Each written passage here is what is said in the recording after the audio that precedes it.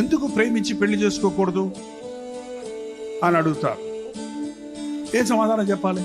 చాలా మంది నాకు చెప్పేది ఏంటంటే, నేను ఒక అబ్బాయిని ప్రేమించాను, నన్ను మోసం చేశాడు. నేను ఒక అమ్మాయిని ప్రేమించాను, నన్ను మోసం చేసింది. ఎందుకురా అలా ఉన్నావేంటయ్యా అంటే, లవ్ ఫెయిల్ అయిందన్నా అన్నాడు ఆయన.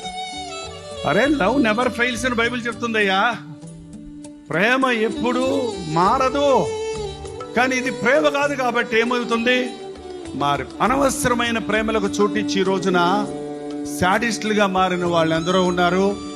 ఆత్మహత్యలు చేసుకొని చచ్చిన వాళ్ళు ఎందరో ఉన్నారు. ఆగు, కనిపెట్టు, కంగారు పడకు. Don't break a hasty decision. పెళ్లి విషయంలో తగినంత సమయం దేవుని చిత్తం కొరకు కనిపెట్టు. నేను చెప్పిందంతా చేస్తుంది, నా భర్త చేస్తాడు, లేక నా భార్య చేస్తాడు, జీవితకాలం అంతా మాకిద్దరికి తిరుగులేదు అనుకోవడం అజ్ఞానం. నా భార్య కొరకు నేను వదిలిపెట్టాలి కొన్ని, నా భర్త కొరకు నేను వదిలిపెట్టాలి కొన్ని. నా భర్తను నేను క్షమించాలి, నా భార్యను నేను క్షమించాలి. ఒకరినొకరు మేము సహించుకోవాలి, ఒకరినొకరు ఓర్చుకోవాలి, ఒకరినొకరు ప్రేమించుకోవాలి, ఒకరి కొరకు ఒకరు బ్రతకాలి అని నిర్ణయం తీసుకున్నప్పుడే నీ పెళ్లి ప్రేమ పెళ్ళైనా అరేంజ్డ్ మ్యారేజ్ అయినా అది దీవెనతో కంటిన్యూ అవుతుంది. అది లేకపోతే పెళ్లి సఫలత అవ్వదు.